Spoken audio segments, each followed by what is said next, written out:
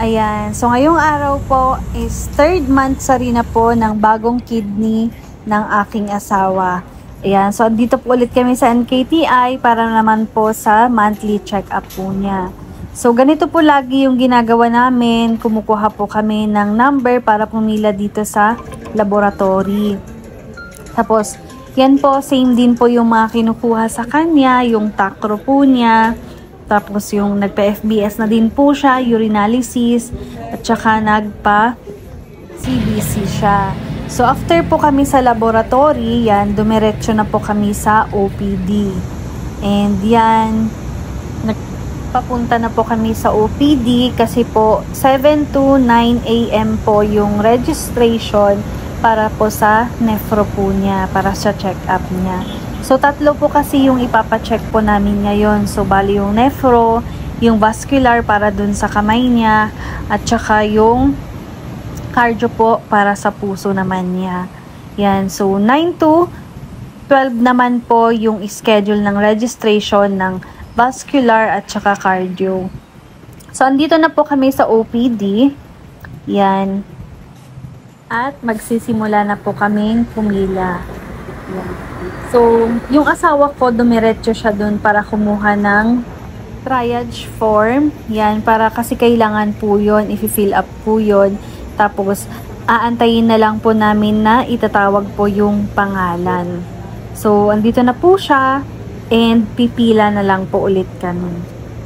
So, ganun po talaga. So, kailangan mo po talagang pumila dito. Kailangan lang po talaga nating tiyagaan. So, after lang po ng ilang minutes, tinawag na po yung pangalan po niya and nagpapabipi na po sila. Yan. So ako naman po sa sobrang gutom kasi wala pa po kaming breakfast niyan napabili po ako sa canteen. So yes po, may canteen po dito, may bilihan po dito sa OPD. Yan. So syempre ang kinuha ko ulit yung takoyaki na favorite ko. Yan. So kain muna tayo guys. Tapos mga ilang oras pa po, tinawag na po yung asawa ko para magpa-check up po sa loob.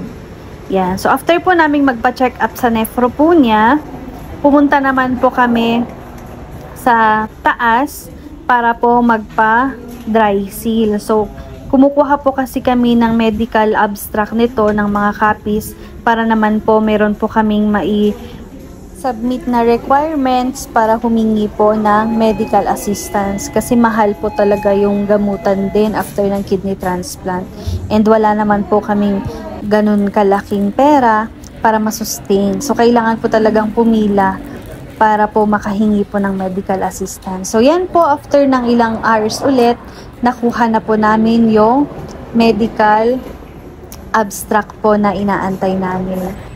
So, since lunchtime na, kumain na po kami dito sa hospital na din po. So, dito sa malapit lang po sa pinagkuhanan namin ng medical assistance bago po ulit kami bumalik sa OPD para pumila naman po para sa cardio at saka vascular. So, yan po, inaantok na yung asawa ko kasi sobrang pagod sa biyahe din. Tapos napuyat din po.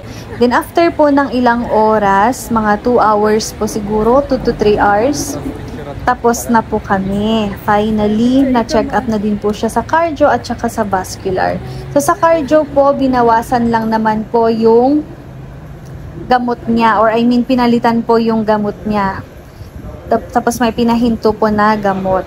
And then, sa vascular naman po, ang kailangan lang daw po gawin sa fistula po niya is patayin po yung fistula, tatalian lang daw naman po. So, yun po yung sabi ng doktor.